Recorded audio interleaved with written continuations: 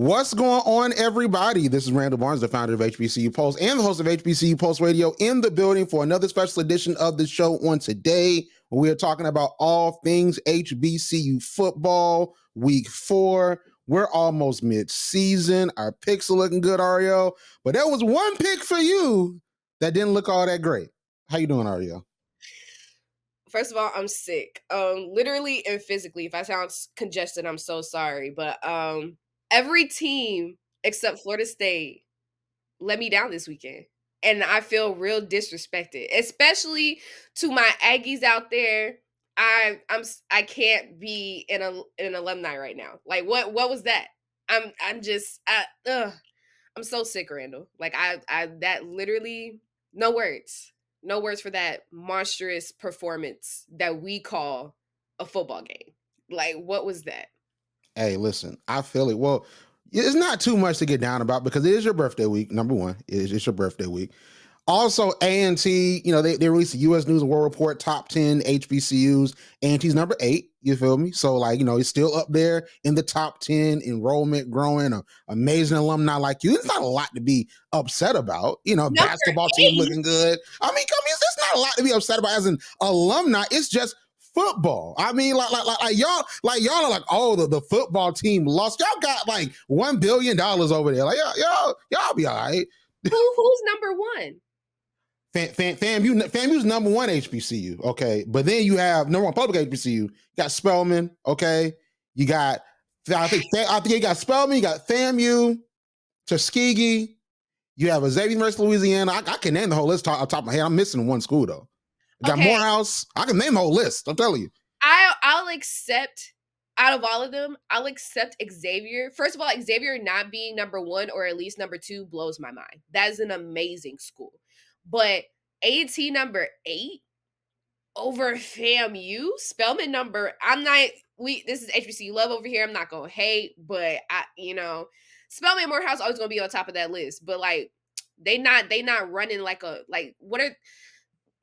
there's no football over there. Now you see the North Carolina A&T privilege here because they're like we're number 8 in the top 10. Like meanwhile we 4th out of 35 and we saying we're the number 1 public HBCU in Georgia. Okay, the privilege. We're the number 2 public HBCU. Oh my gosh! Spelman and Morehouse are they're private. That's their own category within themselves. But it's fine. It's fine. I'll accept it. Congrats to them. I'm not going to be a hater because everybody's going to come down my throat and they're going to be like, but y'all lost. Okay, we're not here to just. Congratulations to all them top 5. Amazing, wonderful job. Listen, just A&T lost 66 to 24. Okay, it was really bad, and I thought that maybe it would have been close, but I just with North Carolina A&T, Arielle, listen, I don't know what to say about Vincent Brown and the football program. God bless Vincent Brown, okay? Listen, he got a lot going on. I don't know what his future holds, but it wasn't looking good for the Aggie Eagle Classic. So, Arielle, what do you say about the Aggie Eagle Classic? I'm glad you said the score because I didn't want to say it. But again, for people that don't know, Central won 66 to 24. We did score the first touchdown, but we missed that extra point. So some of those signs should have been like, all right, this might not be a great game. After that, Central just took off. Let me tell you, Walker Harris, 15 out of 22 completions and attempts, 254 yards, averaging 11 and a half yards per pass. And he scored his own 2 touchdowns himself. So not only are they running up on us and performing a whole gang of touchdowns, but Walker Harris is like, well, you know what? Jamari Taylor has his touchdown. Let me go ahead and get in on this too. And congratulations to Jamari Taylor. He had an absolutely amazing game. 19 carries, 137 yards, 2 touchdowns. They were just running through us, Randall, physically and metaphorically. The passing game was excellent. The running game was excellent. But I really think what kept A&T off that field is something that we have not developed yet, along with our coach. And that's just going to be something that they put into the locker room, which is our defense. We were stopped on every run after the second quarter, even into the third quarter. The fourth quarter, we were able to score a little bit of points. So that way the loss, I guess, wasn't as terrible as it was. But they stopped everything that we threw at them, and the coverage was absolutely perfect. And then when we get to the other side of the ball, you're allowing 66-yard touchdowns. You're allowing Walker Harris to be in the air as long as he could, and that pocket never collapsed. And I'm so proud of Walker Harris because he was moving in the pocket. He was moving in the pocket more than what we've seen in these past couple of games. And even though A&T is not technically in their conference, I think we have a new crown in the MEAC, and it's no longer at A&T. And it's sad to say it's been 3 years. They beat us 3 years in a row. I don't know what else to expect. And this kind of worries me going to A&T in the rest of the season. A&T plays South Carolina State next week, another out-of-conference game. But if South Carolina State plays half of the game that North Carolina Central played against A&T, they could be looking at going 1-4 in the season. There is something that is not clicking between the coach and these football players, especially when it comes to marching down the field and scoring points. There were a lot of punts in this game, a lot of flags being thrown for false starts, or they're getting negative yards. They got to the quarterback too easily, sacking him, and one of the sacks was a loss for 20 yards. Our quarterback, to me, is not that athletic enough, nor does he have that much of arm strength or weapons to march back down the field for being 20 yards deep. So to me, this was one of the saddest games that I watched from A&T. And if we look at it, A&T only had 18 first downs compared to Central, who had 22. But if you're looking at the conversion rate, North Carolina Central converted half or more on their third downs than A&T did. A&T couldn't either stop the run, A&T couldn't convert, A&T was playing throughout the game. So you're not going to score points if you can't play against a Central team that's not even supposedly supposed to be in your league. They proved to me that we switch places, they will be winning more games in the CAA. Right now, what I need to see from A&T is either a better recruitment class. I don't want to go, down the line and just say we need a new coach. I want to give him a chance, but to start 1-4 and looking, I don't want to speak into existence. To start 1-3, and then we play South Carolina State next week, and this is the same record that we were looking at last year before we moved conferences. This isn't looking good for A&T. But I do have to say congratulations to Central. What an amazing game that you guys played. You absolutely deserve to have these 3 years beating us, and hopefully Aggies can get it together. We are known for our football team. Of course, A&T is an amazing school when it comes to the science, academics, everything that we do. But I want to get back to being, an all top tier school and having a great football program as well. Listen, I don't know if that's going to be happening anytime soon. But I totally get it. Ultimately, when it comes to North Carolina A&T. So my game of the week was Jackson State and Grambling, but Grambling decisively beat Jackson State 41-20. And to be honest, there's not a lot to talk about there. So I want to pivot to a game that meant a lot to me, and it was not Fort Valley, but it was Division II versus FCS, and it was Clark Atlanta coming back to beat Bethune-Cookman 38-37 in a game that honestly I will never forget. We had the privilege of having that game be broadcasted on HBCU Go, because games like that don't get broadcasted even to this day. Like, there are legendary games even within the past couple of seasons that either aren't broadcasted or broadcasted terribly. So the fact that with multiple cameras and a scoreboard, we can see the score and sideline reporters and crispy visuals, we were able to see a game-winning field goal kick that put Clark Atlanta over Bethune-Cookman, even though Bethune-Cookman has not been that great in recent years. They're a Division I football program. And we know, Arielle, we've talked about it for years on this show, where we talk about how people look down on Division II programs. And they just think, oh, well, the best Division II programs, it doesn't matter if they're the best. Division I, just the classification, the fact that we're in the SWAC or the MEAC or this bigger conference, this bigger league, we're just so much better than the Division II institutions. It made me feel so good to see Clark Atlanta, especially on head coach Teddy Keaton, who I've gotten the chance to converse with on the SIAC talk spaces that we do on Twitter. Of course, it's now called X. And we do that every Sunday. And he comes on, he'll break the game down, he'll give his thoughts on what's going on in HBCU football. Just seeing him leave Allen University, who last year they were 7-3. And then you come to Clark Atlanta and you have these expansive resources, a school that is growing under Dr. French, Atlanta, Georgia, that is ripe with a bunch of athletic talent, not just in football, but in all the sports, but especially in football. And he comes through. Clark Atlanta does not have a football pedigree.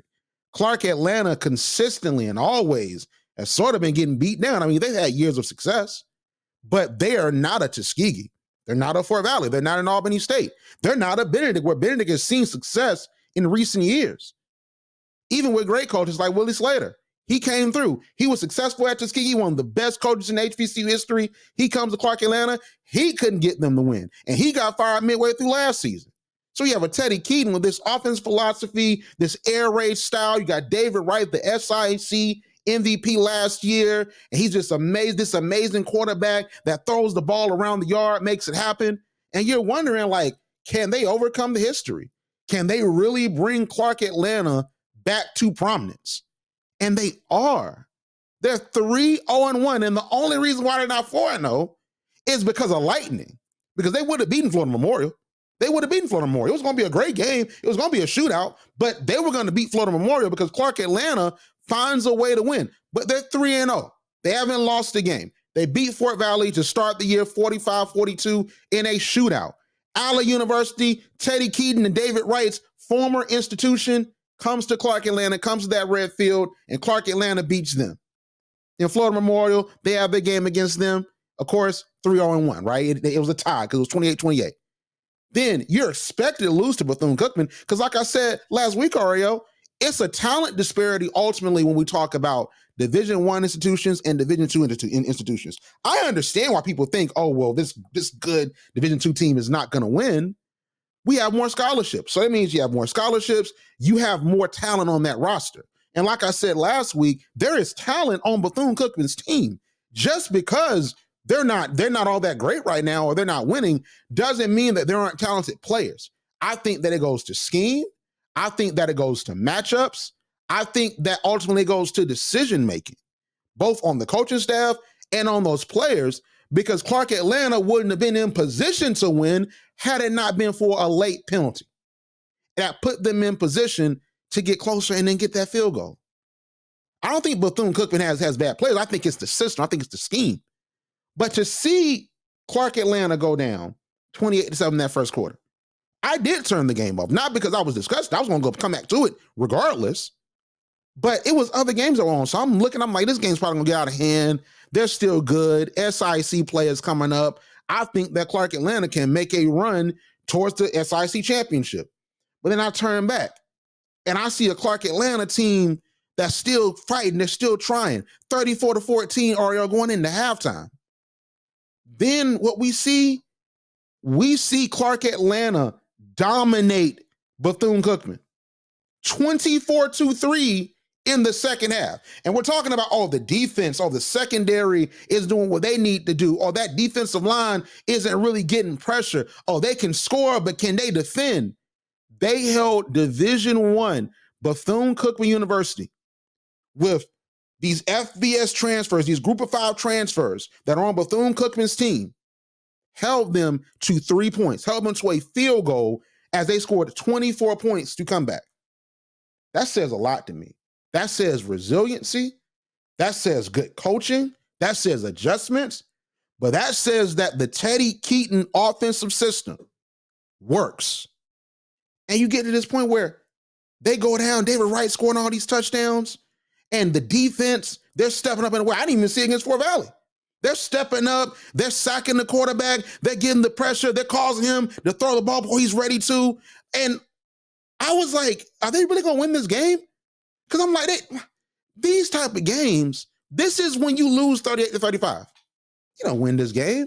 It's a good moral victory, even though they swear, moral victories don't matter. Yes, they do. Yes, they do. Games like this, if I'm playing Georgia and I'm coaching against Georgia and we lose by 3 points, you think I'm going to be like, oh man, we lost. I competed against Georgia. I competed against so-and-so. You know what I mean? Like that matters. So it's like typically you lose these games like that. But the fact that they were able to get that ball back, savvy clock management, and then you get that ball down the field, and then you don't go for the Hail Mary. You don't go for the touchdown. You go for the field goal, a long field goal.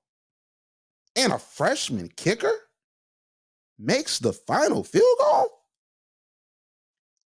That's legendary. I honestly was like, I am blessed to have the opportunity to watch that game because those are the games you hear about. Listen, we didn't pick Clark Atlanta. We picked Bethune-Cookman because we want to protect our picks and we want to be right. So I had a feeling. Bethune-Cookman has not been playing all that well this year. And Clark Atlanta has been figuring something out with how they're airing the ball out. But I'm not even mad I was wrong. I'm just happy I saw it. I'm happy I got the chance to witness it. I have the game downloaded just in case it goes away. Okay. Like I'm gonna watch that game forever. All right. That's probably one of my favorite football games of all time. And I am 10 toes behind Clark Atlanta. I think in the SIAC is gonna be Fort Valley versus Clark Atlanta in the SIC championship. That's what I think. But Clark Atlanta is doing something amazing. Teddy Keaton is doing something amazing. David Wright is doing something amazing. That coaching staff, that team, and the freshman kicker. I gotta say his name, Leonardo Cabrera. Leonardo Cabrera hit that 55-yard field goal. That JC Justin Tucker, my guy Justin Tucker can't hit a field goal to save his life right now. He a legend. Okay. Hi, Ravens. Listen, I know folks like to draft HBCU players, but Mr. Cabrera is going to be available in about a couple years, okay? Because he hitting NFL field goals, all right? That's all I'm saying, Arielle. It was an amazing game. Listen, Clark Atlanta, I'm proud of them. Bethune-Cookman, they have some work to do. Listen, watching that game, Arielle, I was like, is Ed Reed still available? like, at this point, but it was an amazing game, honestly. They're done with Ed Reed. That whole fiasco right there. Just to your point, I mean, this is something I chose Bethune-Cookman too, but like I said last week, I would not be mad if Clark Atlanta won. I would love this for them. And like I said last week, they are having a turnaround of a season. Bethune-Cookman, for them to be 0-4 this early kind of in the season, we're about to get midway, but still have an early point. Last season, they finished 2-6. So now they're starting 0-4 and they still have big competition on the way. The Clark Atlanta should have been one of their easy games. This actually should have been a 1-3. And now Clark Atlanta is 3-1. And we just at my station at Scripps, we just did a special, a package about up and coming D2 HBCUs. And they had decided that we are going to choose Morehouse. We're going to choose Morehouse in their coach. He's a retired NFL legend. He's trying to bring back their good season. What they should have done was looking at Clark Atlanta. Clark Atlanta hasn't been this good in years. For them to have this kind of start and to be winning some games decisively, but to have this comeback win is absolutely beautiful. They were 7-28 going out of this first quarter. Then after that, they scored a couple more points, and then they were 14-34. They completely shut out Bethune-Cookman in the fourth quarter. They didn't allow them to score at all. They allowed no touchdowns. They allowed no field goals.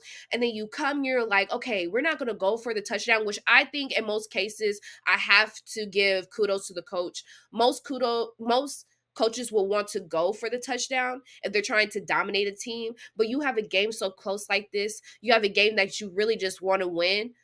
I think kicking that field goal, no matter how far it was one of the smartest decisions that I've seen this year by a coach when it comes to how we win a game and what I need to do for my players so that way I can keep going and make it to a championship. So to me, kicking that field goal, despite what anybody has said about not going for the touchdown, was the smartest thing that coach could have done.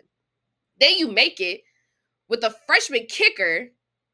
Like that's what this is going to be etched in Clark's wall, like it's going into the newspaper that they wrote on Monday, because this is a miracle. This is a Cinderella story. This is a Cinderella team. And now we're looking at maybe Clark can go the distance. Maybe Clark can do it this year and start turning around their football program. Because Clark they weren't bad. They had good years, and then now they're falling to a place where they can redeem those glory years. And I'm proud of them. I'm glad that they won this game.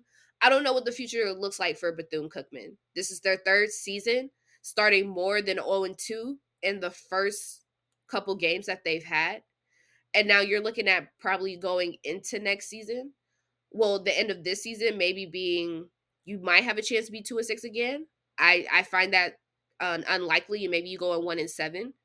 And so now we're thinking about coaching changes. What can we do to turn around Bethune-Cookman's luck right now? Because it's not looking good for this team who isn't a Benedict, like you say, who isn't a Fort Valley, who isn't a Virginia Union, who isn't any of these dominated D2 schools, to go and have a comeback win against. I think this is more embarrassing to me, than to be blown out.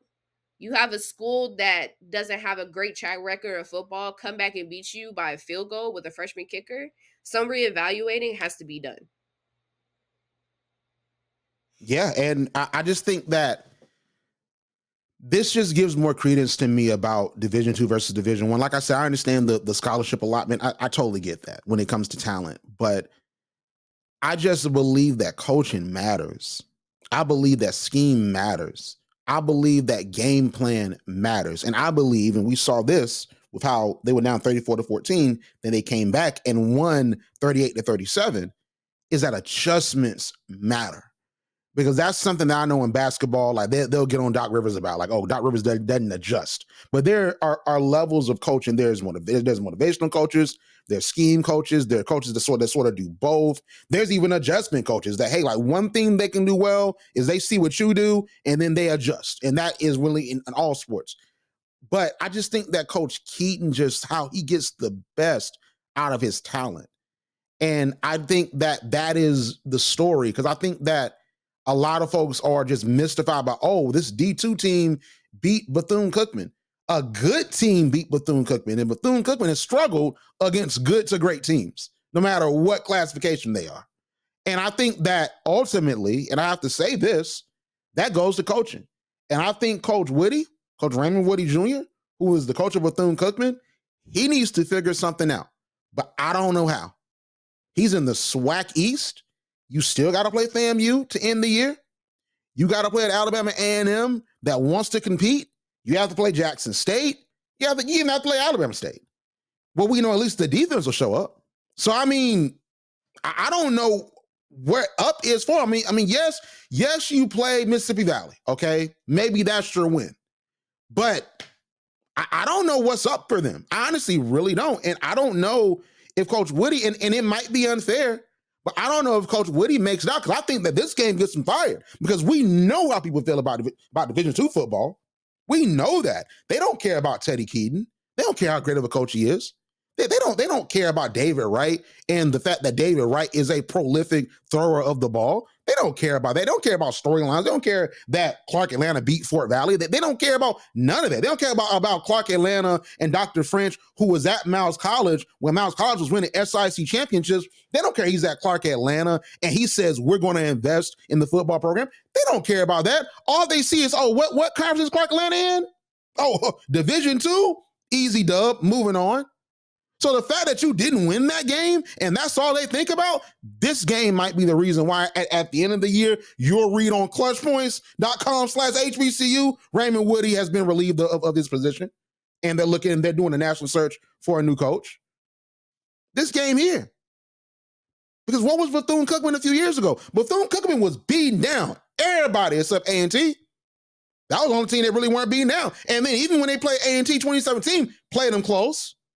Had them scared 2017. Remember A&T, they were undefeated that year. Went to Celebration Bowl and won. Bethune-Cookman had them scared a little bit. Like, wait a minute. Is Bethune-Cookman going to beat them? Was dominating FAMU, their rival. They had different coaching back then. I think that Bethune-Cookman can be good. I think they could compete if they have the right coach in place. I don't think it's a talent. I really don't. I think it is the coaching. And I think this is something across football, just last thing, is discipline. Because Clark Atlanta should not have been in position to win that game. But Bethune-Cookman, and I think that was Coach Woody's son, because Coach Woody's son actually plays for Bethune-Cookman. His son got a tackle, was taunting. They threw that flag, and that brought him up, automatic first down. That brought him up, and they were in position for a field goal. Discipline.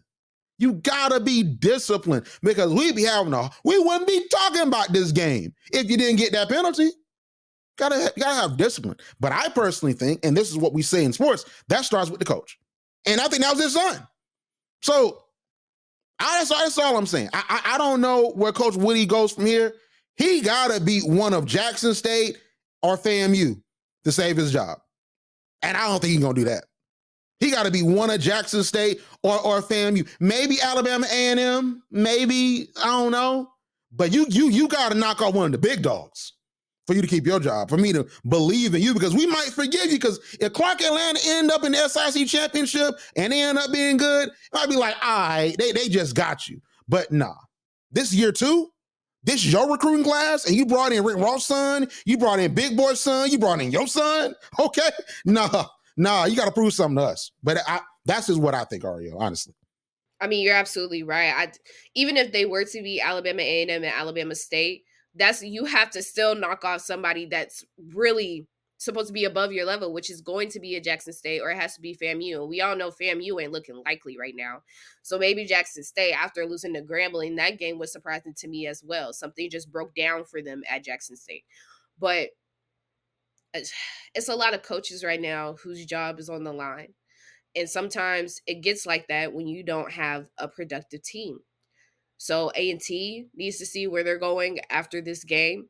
And especially Bethune-Cookman needs to see if they're finna have a losing season. Because what's about to happen, if they don't fire this coach, it's going to be a lot of transfers going on.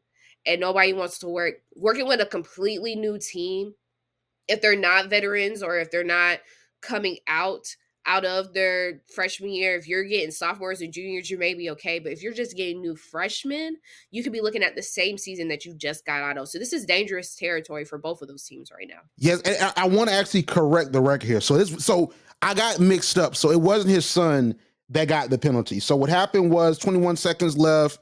David Wright went no huddle. He threw a deep pass, and then Raymond Woody III, who was his son, got the ball broken up. Now, he did taunt. He actually did taunt, but they didn't call it for that. So the unsportsmanlike conduct was actually on Johnny Harris, from what I'm seeing. Now this might be wrong, but because I thought it was on Raymond Woody, but I'm going through on this one. But the unsportsmanlike conduct was 15 yards, and that took Clark Atlanta to their 41 to Bethune-Cookman's 44-yard line. So like that really changed things. That was 21 seconds left in the game, and then David Wright completed the short pass, 6 yards, and they got into the 38 for Bethune-Cookman. And then David Wright, he tried to go for another pass to get him closer, but then it was like, hey, it's 3 seconds left. We're going to go for the field goal. That's what got him in place to hit that 55-yard field goal, Cabrera. So that just goes to discipline. So Bethune-Cookman had a chance to win that game, and I like some things that I saw, but they got to figure something out, because it honestly is not looking good. But let's talk about our games of the week for this week. So first, I want to say that Florida A&M versus Alabama A&M is postponed. So you have the tropical storm or the hurricane, Helene. So that game is going to be played on November the 29th. So FAMU will not be playing on this week, as also Alabama A&M. We hope that the FAMU family, hopefully that they stay safe, because this is really crazy out here when it comes to natural disasters. But Arielle, what is your game of the week? As well as all the other Florida schools, Bethune-Cookman, stay safe too. We are also, Atlanta is also under hurricane watch, flooding watch. So we might see some more games canceled, but for Clark Atlanta, Morehouse, all those that are along this panhandle from Florida, Alabama, North Carolina to Georgia, please be safe this weekend. It's looking really, really bad. It turned into a category 1. We're looking at a category 2 maybe. But everybody stay safe. But for my game of the week, everybody thought, and I still might watch this game, it might have been South Carolina State versus A&T. I am a big fan of what is going on down at South Carolina State. But however, we are getting closer into our in-conference play, which is making me happy, because we are 1 week away from entering October, which also means homecoming month. So We have our first game that I think is going to be a really good one. Central versus Norfolk. I think Jalen Daniels, the quarterback for Norfolk, gets so many looks that Central might have a tough time in the beginning defending it. But Central picks up very quickly. They're a very skilled defense. They know how to read the quarterback. But I think Jalen Daniels is just so dynamic. He can either run, he can pass. He can make so many different looks. He can make the cameras miss. He's done that a couple of times this season. So I think that's really the only biggest challenge that Central may be going into this game.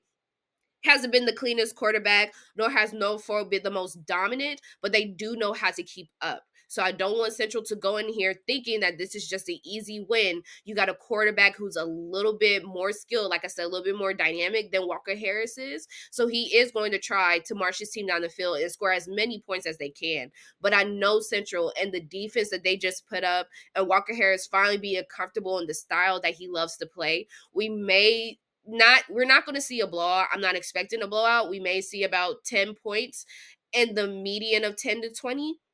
But this is a winnable game for Central. And if Central stays along this path, they can start separating themselves from schools like Morgan State, from Howard, who plays Princeton, which I mean doesn't really count, but it'll build up their confidence booster. So when they do have to play them those 3 back-to-back games, which does settle the season of who will be going to the Celebration Bowl, I think this is a good separator for them. So I'm super excited to see how Walker Harris is going to come off this win, his confidence building. Seeing Jamari Taylor out again, seeing Davis run again. This run game is completely unstoppable. So if Walker Harris doesn't throw it, which we've seen he's developing a good arm now, definitely know the run game is going to be solid and that they are definitely going to score points and hopefully get this win against Norfolk. Okay, so and you're choosing North Carolina Central, right? I am choosing North Carolina Central. I will not be defeated this week. I'm protecting the picks. I'm protecting the picks, but I know Norfolk State. You know how I feel about Norfolk State. They are becoming a better team, but I just think personally, besides Jalen Daniels, they don't have the weapons like Central has. They don't have as much diversity of where they're going to go in the plays. Jalen Daniels makes you a player. He makes you and tells you where you're going to go. He does make stuff happen, but you don't have individual players who are just going to be open, who just have that connection like that, how Walker Harris has with his players. So Central is going to come with this win. I love it. I love it. So I believe North Carolina Central is going to win as well. I don't really have much to say outside of North Carolina Central. Is I think the better team, and I think that this win over A&T, I just think that that's going to propel them at the very least at this point to win against Norfolk State. I wouldn't be surprised if it was close, but Norfolk State has been letting me down recently. I don't know where's the team that played in the MEAC SWAC Challenge. It feels like that game was about a year ago, but it wasn't. It was like last month. And today's the 25th. It was legitimately a month and a day ago. Okay, it's just the 25th. So I don't know what happened to that team, but I think North Carolina Central, they get them. I think that's going to be too easy. So Grambling versus Prairie View is my game of the week. So Grambling has been amazing me. I thought that they were going to be good. I thought they were going to be a contender, but I thought that maybe when they ran into Jackson State, who that wouldn't really count against them per se, them getting to the SWAC championship, because that's not, Jackson State's not in their division because Jackson State's in the SWAC East. I thought that maybe they would lose to them because Jackson State, I thought they were going to get on a roll. But Grambling, they got the pieces. Miles Crawley at quarterback. They got good guys on offense and defense. Mickey Joseph is still in a new philosophy. Eric Dooley, he's catching the wave at a good old Grambling. All right, like he done got back with his people, and he calling some good offense over there. You know what I'm saying? And he got Jason Rollins as defense coordinator, and they locking it up over there. Like Grambling looking like Grambling again. You know what I mean? Like Grambling is looking like Grambling again, and a Grambling is looking like Grambling again. That is great for HBCU football because we know what A.G. Robinson did. We know what Doug Williams did. We know what Rob Broadway did when he was at Grambling. Man, like we just know that Grambling being good at football is just good for the SWAC. It's good for HBCU football. It's good for HBCU football notoriety, especially with someone like Mickey Joseph, who's a Nebraska guy that was coaching at Nebraska as interim coach. Then he's bringing success to Grambling. I think that it is great that they're succeeding. I don't want them to get caught by Prairie View in this State Fair Classic because these are the sort of the times where you get caught. I know Prairie View has not been looking all that great, but Grambling has to literally clean up. They got to clean up. They got to beat the teams they're supposed to be. To be honest, to me, SWAC West, I think they should go undefeated. How they're looking as of right now, they should go undefeated. I don't think Southern beats them. I don't think Alcorn beats them, to be honest. The only team, in my opinion, in the SWAC West that could beat Grambling is themselves, because the SWAC West is very weak right now. I don't think Texas Southern beats them, although Texas Southern is looking a little bit better. I don't think Texas Southern beats them. I think that if they were to lose to a SWAC team, clearly it's not Jackson State. They might lose to FAMU or someone else in the SWAC East, but like I said, clearly not Jackson State right now. But I think Grambling should win this game. I need them to win decisively. I think they have the weapons. I think they have the quarterback. I think that because FAMU has been so great, a lot of folks are not talking about Grambling. But I think, and I know that Tuskegee game was a little bit scary because they should have beaten Tuskegee by a little bit more if they're this good. Again, and we have Tuskegee that's struggling right now because they just lost to Savannah State. But I think that this is going to be a really good win to continue the momentum for Mickey Joseph as they move deeper into SWAC West play. And I think that they're going to be really close to booking their ticket to the SWAC championship really soon. Well, I mean, I love that Grambling is starting to look like the team that we know and love, but I don't want us to underestimate Prairie View. I do believe this should be a winnable game. If you're looking at Prairie View's schedule, they did play Texas Southern as their first game, lost 9-27. Then they won against Northwestern State 37-31, and then they played Michigan, which was a complete blowout. But then they played Southern, who beat them 31-24. This team, if you're just looking at them, and I know I watched the Southern game and I watched a little bit of the Texas Southern game, they can hang. They have bursts of energy moments where they can stop the run or their quarterback has a really, really great pass. But what they aren't is consistent. I haven't seen any consistency coming out of Prairie View for them to keep up this momentum. Even that Northwestern State game looked a little shaky of them coming out of this win. But when it comes to Cameron Peters, who's the quarterback for Prairie View, I don't think that he is going to be able to really compete against Miles Crowley. This man has been absolutely amazing on this season, and there are better numbers that we're looking at right now in the rest of the competition. So we might see them run it back with Jackson State. I believe that they should take this whole division, but we'll see. But I might go with Grambling. I just don't want Grambling to be sleep on Prairie View. Like I said, Prairie View, they can come back, they can play against you. They're their own Achilles heel. They'll mess up on certain mistakes, and they love to pull false starts. They love to pull on jerseys. A lot of pass interference that goes on between these games. They're a very physical team, but Grambling just has to know how to control the ball, make sure they execute on every play, and keep this game as neat as possible. No mistakes, no offensive mistakes, no defensive mistakes. Get the ball, run, and get out. This is your time to shine. This is a season that nobody thought you would have had.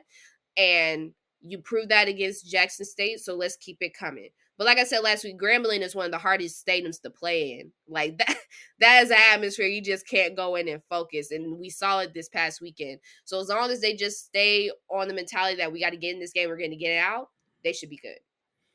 I want to say this real quick about Grambling as well, because we're both picking Grambling here, right? Well, we're both picking Grambling, right?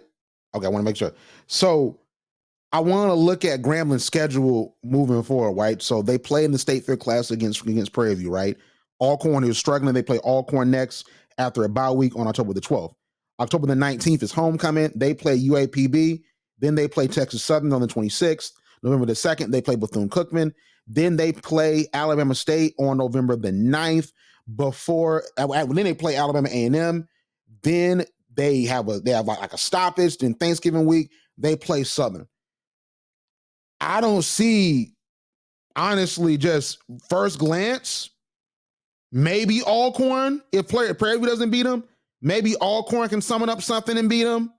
I think they beat UAPB. I personally believe they beat Texas Southern. They're going to beat Bethune-Cookman. Alabama State, I'm bullish on it because I've been hard on Alabama State recently, but I'm bullish. We'll see. Alabama A&M, we'll see, but I'm not sure. they're going to have a winning season. And I think they beat Southern. They're going to have a winning season. But I mean, it's honestly to me if they make the SWAC championship or not. Because I think that there's 7 wins here for sure. There's 7 to 8 wins. And they already lost against Louisiana. And that's an out-of-conference school, of course, FBS. So I think 8-3 is on the docket. 7-4 is on the docket. What I want to see is if they can make the SWAC championship, right? Because this schedule is really favorable.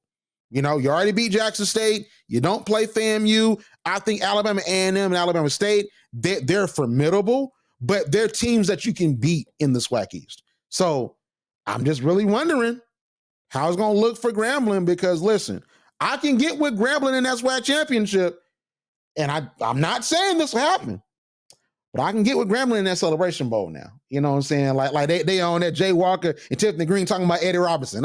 We can get with that in front of an audience of 1 million plus people talking about Eddie G. Robinson, the greatest coach of all time. I can get with that, Arielle. You know, can't you get with that, Arielle? I can get with that. I can get with that. Yeah, you know. I can get with that. Yeah, you know, because it's folks in the ABC audience don't know about Eddie Robinson, okay? You know what I'm saying? So if Mickey George makes it to the Celebration Bowl, that's good for HBCU football, all right? I'm just saying now. Folks got to know. Folks got to know. Listen, folks got to know.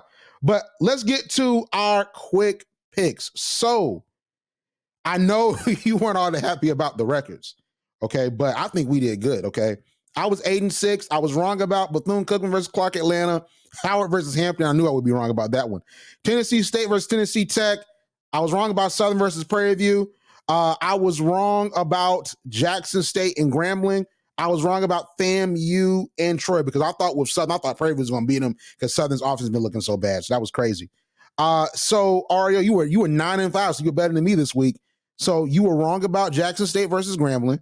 You were wrong about Bethune-Cookman versus Clark Atlanta. You were wrong about Southern versus Prairie View. FAMU and Troy, we both wrong about FAMU and Troy. You were very wrong about Aggie Eagle, but it's not your fault, okay? You're not on the team. You didn't even have to do me like that. You didn't have to say I was. You could have just said I was wrong, bro. You dragging it. It's not your fault. It's not your fault. It's Vincent Brown's fault, okay? It ain't none but his fault, okay? But listen, it's all good. It's all good. I'm finna go. I'm hiding forever. I'm taking A&T out my bio. You better not. I'm on this sabbatical. I don't want to I can't, man. Back and try again next week, bro. I don't even know how they finna play against South Carolina State. I'm be so mad if they beat us. I don't know what to do. Oh, Chin is Berry gonna Chin is Berry. You know that now, okay? Yeah.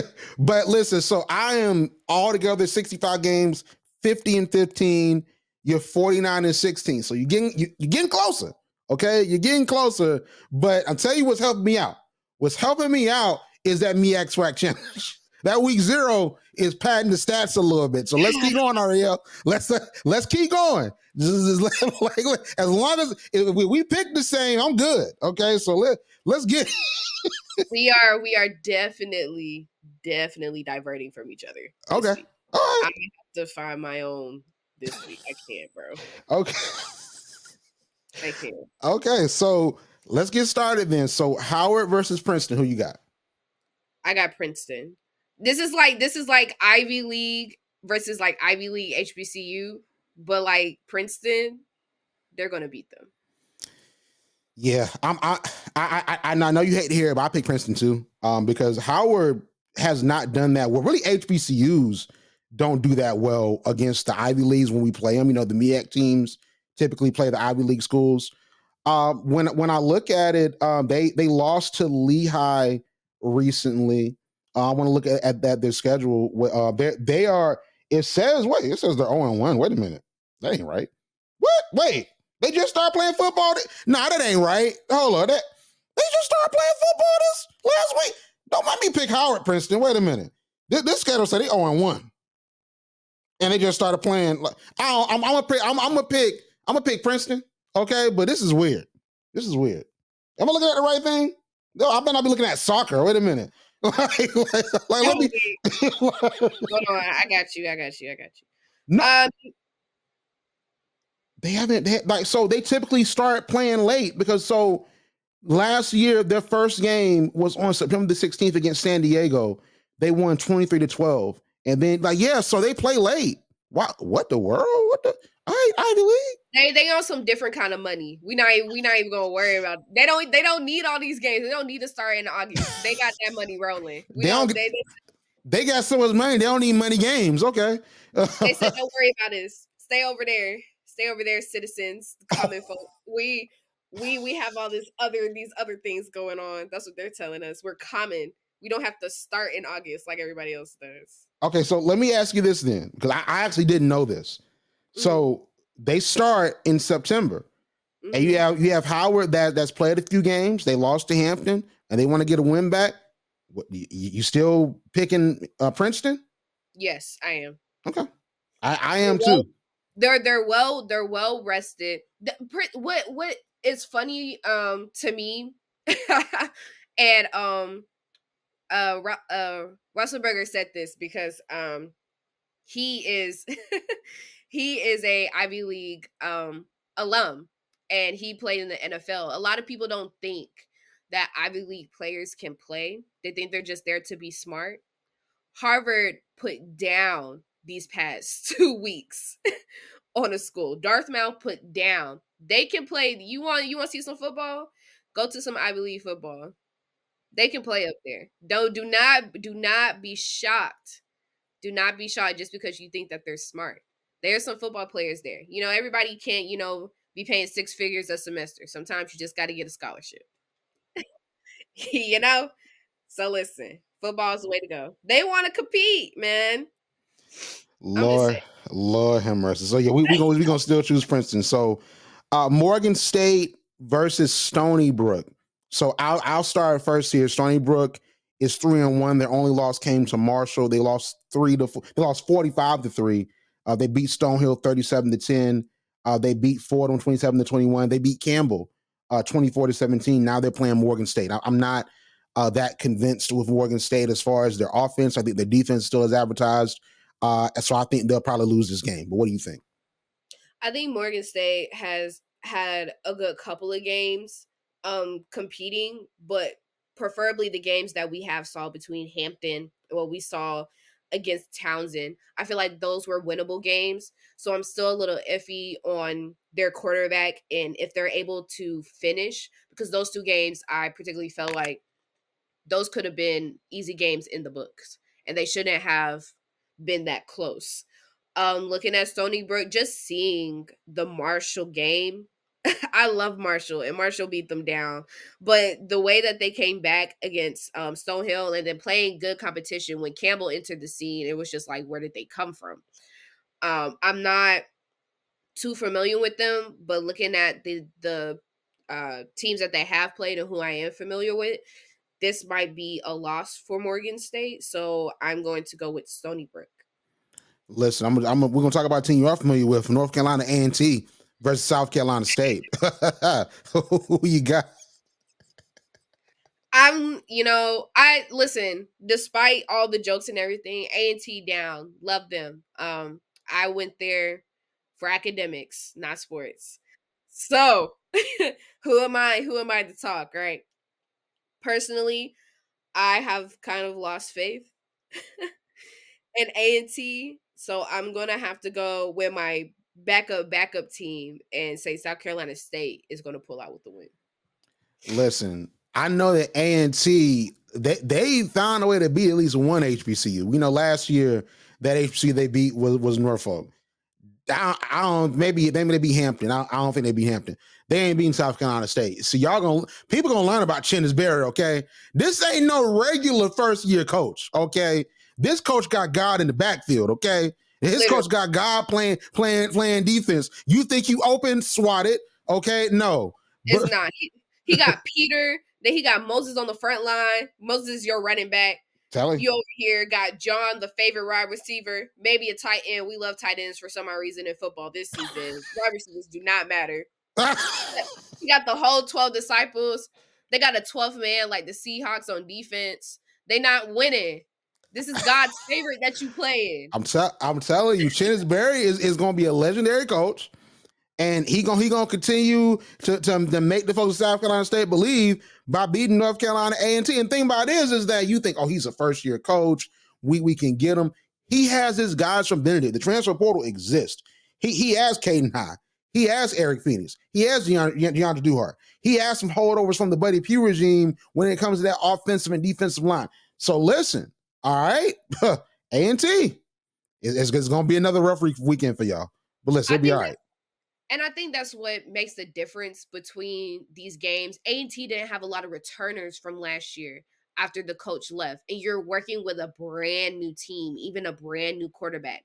And I would say even if South Carolina State had a new team, they would still, to me, they wouldn't beat us decisively like how they're going to beat us this week, but they would still win just because I feel like having Chennis Berry, even if he didn't bring all of Benedict and a really, really great quarterback, he still would have had something stable. But now you have you thought Central's defense was great. I cannot wait till South Carolina State and Central play. South Carolina State's defense is like a masterpiece to watch. You talk about going down the field, you staying in one spot, literally the whole quarter, maybe 2 quarters. South Carolina State knows how to defend that ball. And then you bring in some running backs into the mix. I'm sorry, A&T. I think this is my first time picking against them in HBCU play. Like them playing the HBCU team. I have picked against them when it came to the CAA conference. But this game right here, I've learned my lesson with Central. South Carolina State. I'll see you on the winning side. So sorry. She said she learned a lesson. I've learned my lesson. Lord have mercy. Okay. All right, Arielle. So Delaware State versus Campbell. Who you got? I haven't been the biggest fans of Campbell when they stepped onto the scene, but I do have to give them credit. They know how to compete, and you wouldn't really necessarily say that after playing Liberty and losing to Liberty 24-41. Then they lost to West Carolina, and then they 16-24, and then they lost to Rhode Island 21-9. They finally got their win off of Stony Brook. Has been a rocky season for them, but I can say they do know how to score. It just hasn't been the greatest turnout when it comes to ending the game, which could be in Delaware State's favor. Delaware State never starts strong, but they do try to finish strong. They won against Sacred Heart, which to me was a giveaway game. They lost to Wagner, and they also lost to Richmond in almost a nail-biter. They could have came back. I feel like this is one of those games that who just wants to win it most. And I think Campbell is looking to revive their season. So I'm going to say Campbell is going to win against Delaware State. Yeah, I think Campbell's going to win too. Delaware State has been looking better, but I think that Campbell has this one for sure. So let's move on. Alabama State versus Bethune-Cookman. So who you got here? I mean, do we even have to ask right now? Listen, Big Boy just going to have to come out with the hardest banger in his life to motivate this team. And Rick Ross is just going to have to breathe on the track. That's all they got to do. They want to see a win. Honestly,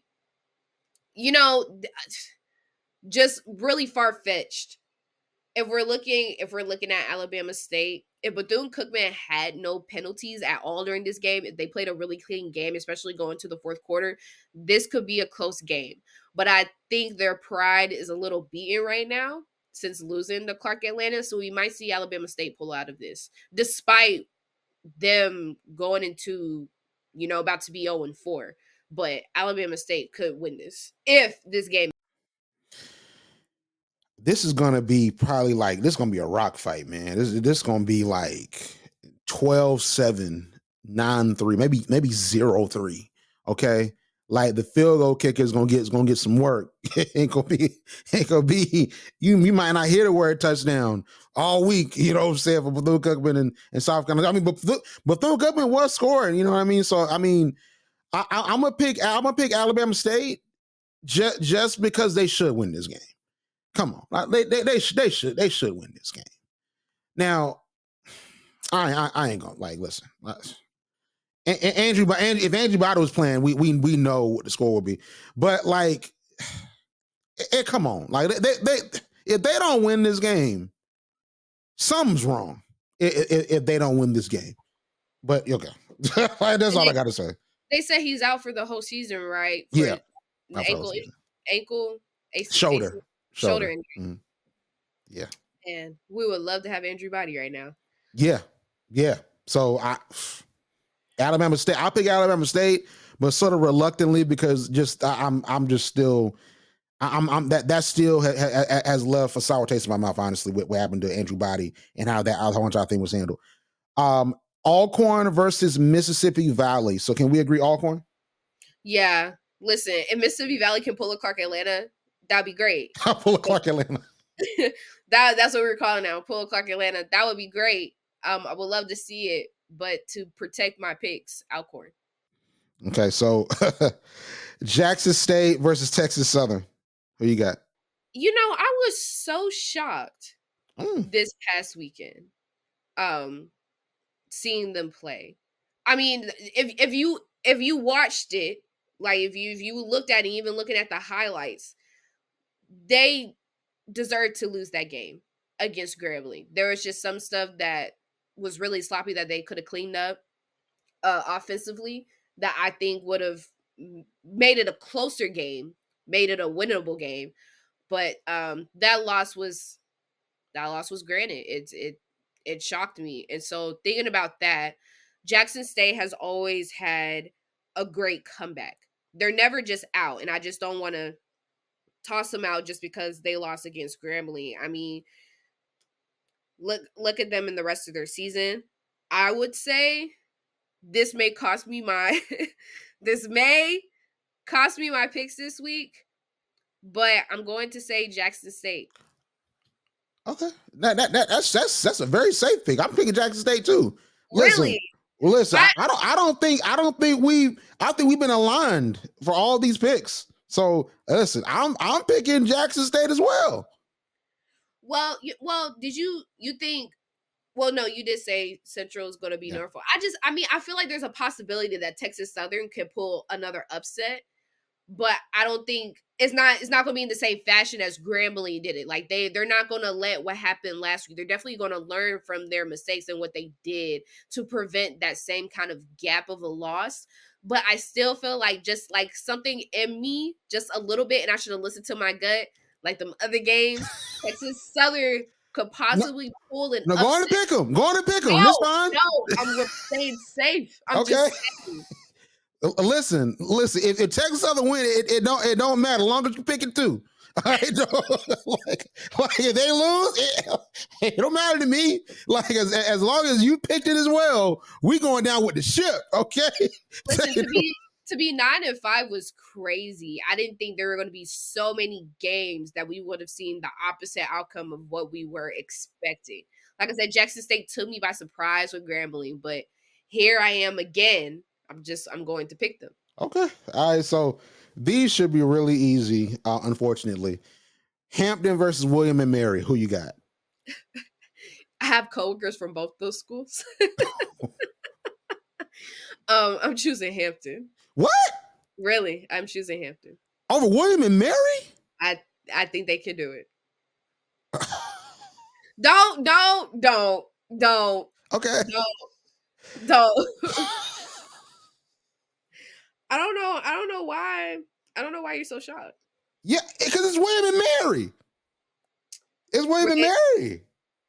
It's not Mary and Joseph. They ain't birthed Jesus. It's William and Mary. They gonna be there too. Like, what you mean?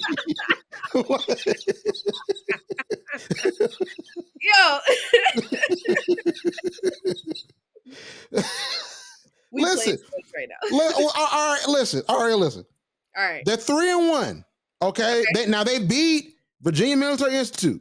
They lost to Coastal Carolina, but they beat Wofford. They beat Thurman. Okay. So, like, listen. We'll just say that they're 2-1 because we're not going to count Virginia Military Institute. We're not going to count them. They're 2-1. Okay? So we're not counting hard teams. We're not counting how Hampton is 3-1. They could have beaten Morgan State, but they went out here and they beat Virginia Union, who has a really, really good offense, a really, really good running back. They beat Norfolk State. They beat Howard. So if we had to cancel, they could be 2-1 too, minus Morgan State. We listen. Go ahead, have your pick. Okay. Choose William and Oh, Mary. yeah, they'll choose William and Mary. Okay. Go ahead, bro. Go Okay. ahead. All right. They just they averaging 243 yards again on rushing the game. Now, granted, passing them ain't looking all that great. They're giving them 192. They passed for 175. But hey, I'm gonna choose William and Mary. Hampton. If Hampton wins, listen, it is what it is because I want to see HBCUs win. But we will definitely see. I'm But seeing a great fourth down efficiency. I'm seeing a great third down efficiency. Their passing game looks pretty nice. Listen, you what matters is converting. You can't punt this game. So if they can convert on William and Mary, this is going to be a very close game. okay, hey, listen, I believe it. All right, but I'm picking against Hampton again. The HBCU slate. Oh, just know, I'm picking Hampton over A&T. I'll tell you that much. But I ain't picking Hampton over not William and Mary. I've Okay. never had to fight for a team so hard. That's crazy. That's so that and when it comes to these Big South CAA games, I haven't been too bad. Didn't your Tennessee State just lose to my Tech? That's not your tech. What the world? Like, did you They not did. They did, but that's not your tech. Don't claim them. You didn't go there. You didn't pay your tuition to Tennessee Tech.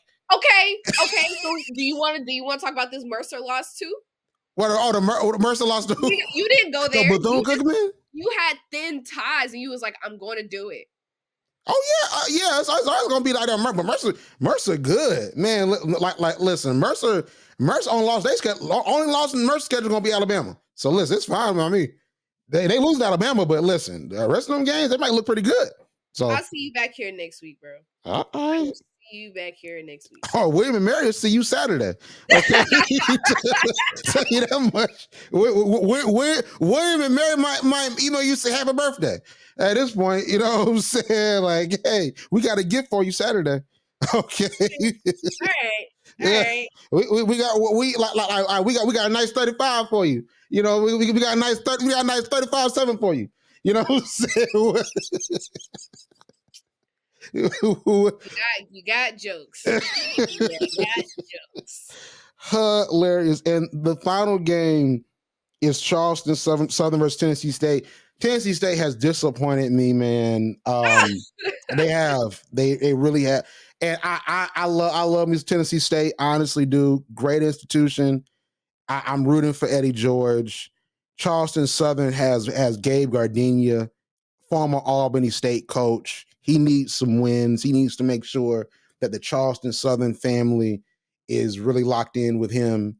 He needs to bring that SIC Gabe. That's still there, but like he needs to bring the SIC type of energy. So I think Charleston Southern wins. Got him last year. If Tennessee State wins, I'll just take it because my heart is at Tennessee State. I love me some Tennessee State, but something has to change. And I think that next year, because Draylen's going to be leaving next year, bring in a quarterback that's like a passing quarterback. I know Eddie George is a running back, and he won a Heisman as a running back. He made his money as a running back. He should be, in my opinion, in the Pro Football Hall of Fame as a running back. Okay, I think one of these days he will get in. But listen, pass the ball. I need for them this run for establish the run, but throw that ball around. Teddy Keaton told y'all, he showed y'all what that looks like. You know what I mean? So that's all I'm saying. They're gonna win some games with that philosophy, but I need to see something different because with these Big South games, and I know it's not necessarily like, well, I think the defense is stepping up. I think it is the offense. Like for me, I think the defense is doing fine, but it's just the offense. They got to figure it out. But overall, Tennessee State, figure it out. If y'all win, fine. But Charleston Southern is gonna win this game. I'm a little torn just because the Tennessee State hasn't been as consistent as I would like to do, but they have shown me good moments of where they can win. But looking at Charleston playing the Citadel, they lost by a point. Playing Furman, they lost by 4 points. Richmond, that was just an automatic loss, but I'm not seeing anything that looks cumulative into how their performance actually is. They're 1-2 off of one easy loss. So I'm kind of I don't know much about Charleston Southern, and I can't say much about Tennessee State. But to me it looks like a winnable game, but just to be on the safe side, I guess I'm just gonna pick with you. I don't know much about Charleston Southern, and just looking at the schedule and who they've played some good competition and lost really close. So I feel like this could be a win. It would be a shocking win for Tennessee State, but I'm on the safe side. I'm just gonna choose Charleston. Listen, we love to be safe unless it's Hampton. I love to see it. Like, if it's Hampton, we're gonna be dangerous, okay? but everybody else, we gonna keep it safe. I feel it, Arielle. Listen, I feel it. I don't know why you haven't learned like this. Like, you talking about NFL's theme last year. This isn't scripted. Teams are having upset. This whole week 3 of NFL has been nothing but upsets. Has been literally turned upside down. So I would not be mad if that routine, what's going on right now, followed through into this week. This has been a crazy week in football. Listen, hey, I get it. We'll see what happens with Hampton and William & Mary. But Arielle, that is it for the show on today. Where can we find you on social media? You can find me on Instagram to wish me a happy birthday as well. __. Or Ari, or put me in the hot seat on X, formerly known as Twitter, as @Screery __. Or visit me on my new website, arielkilgore.canva.com. I love it. You're listening to HBCU Pulse Radio. Like what you hear? Yeah. Subscribe to HBCU Pulse Radio on Apple Podcasts, Spotify, or wherever you get your podcasts. Also, head to hbcupulse.com to stay up to date on what's going on in the HBCU community. Thank you for listening to HBCU Pulse Radio.